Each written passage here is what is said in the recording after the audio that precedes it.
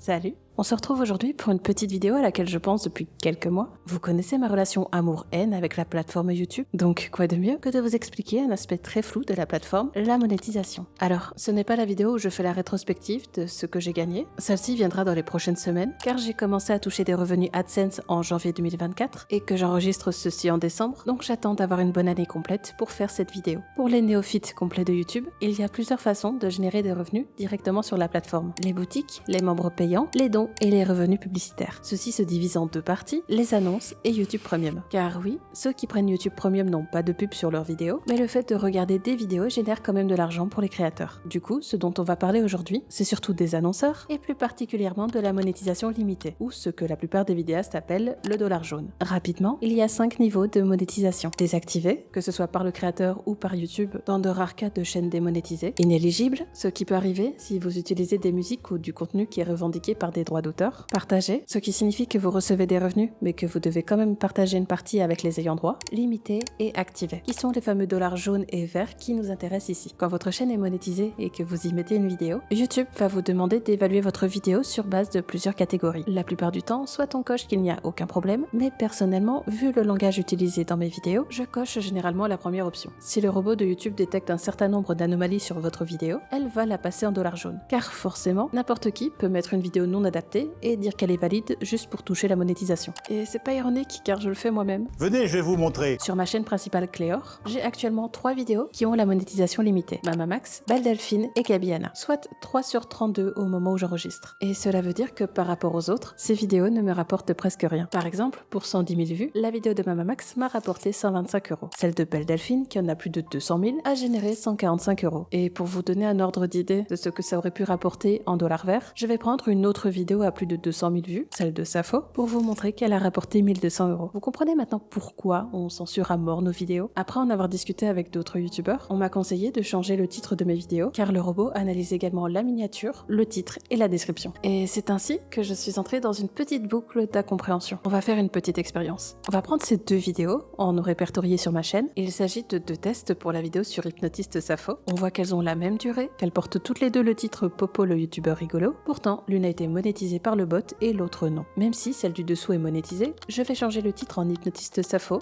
la furie la plus sombre d'internet. Et je vais faire de même avec l'autre vidéo avec le dollar jaune. J'attends quelques minutes, puis j'actualise. Alors là, je vous laisse deviner. Est-ce que les 2 vidéos sont passées en monétisé ou est-ce qu'elles sont passées en limité? Eh ben, aucun des deux. Celle qui était en dollar vert est passée en dollar jaune et celle qui était en dollar jaune est passée en dollar vert. Ne me demandez pas quel est le sens de ce truc, car vraiment je comprends rien non plus. Alors je refais le test en mettant le titre de base, Popo le youtubeur rigolo. On va attendre un petit peu, puis cette fois on remarque que les 2 vidéos sont en dollar jaune. Pourtant on se retrouve exactement dans la même configuration qu'au début du test. Mais heureusement on n'est pas obligé de se baser que sur le bot YouTube, et c'est là qu'entre la variable chance de YouTube, le test manuel. À titre personnel, la plupart de mes vidéos récentes ont été monétisées manuellement par quelqu'un de YouTube, et au cours de ces dernières semaines, j'ai appris 2 choses. Premièrement, ce n'est pas parce que votre vidéo a été monétisée manuellement que vous êtes tranquille à vie. J'ai eu le cas avec ma vidéo sur Gabiana, où quelqu'un de YouTube est repassé sur ma vidéo et a décidé de changer la monétisation au bout de 5 jours. J'ai évidemment voulu contester, et YouTube a validé ses décisions en me mettant un timecode menant à un mot que j'avais censuré, mais visiblement pas assez pour eux. The girl turns her back and Gabby scoffs in a very loud way, "You dumb f***ing cunt."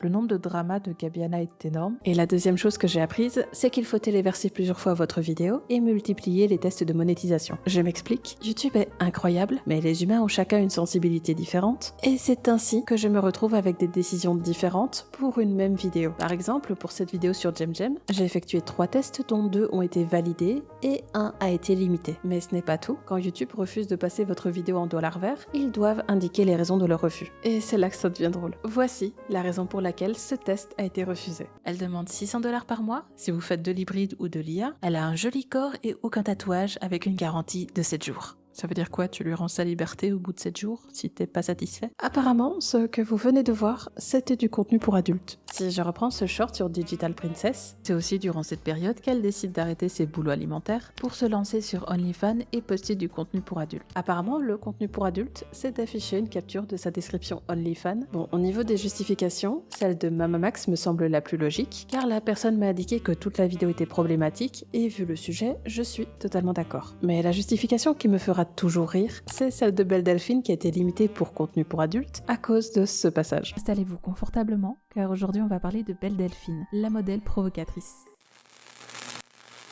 Avant d'entrer dans le vif du sujet, j'aimerais refaire un avertissement et mettre les bases. Non mais je comprends, mon disclaimer était sûrement un peu trop osé pour la plateforme. Il existe bien une étape supplémentaire pour contester auprès de YouTube, mais personnellement je n'ai jamais eu de réponse pour changer. Donc j'ai abandonné cette piste pour faire de la vérification en chaîne. Je sais que ça leur fait perdre du temps, mais j'ai pas d'autre choix pour le coup. Puis parfois ça nous donne de bonnes surprises, car j'aurais jamais pensé que les vidéos de That Vegan Teacher, ou celles où je lis les accusations de Lily Jean, seraient monétisées. Bon du coup je suis fichée par YouTube pour avoir mal évaluer mes vidéos, mais jusqu'ici, ça m'a pas trop porté préjudice, donc je croise les doigts pour la suite. En tout cas, j'espère que cette petite vidéo vous aura plu. On se retrouve bientôt sur ma chaîne principale. C'était Clémor, peut-être à une prochaine fois.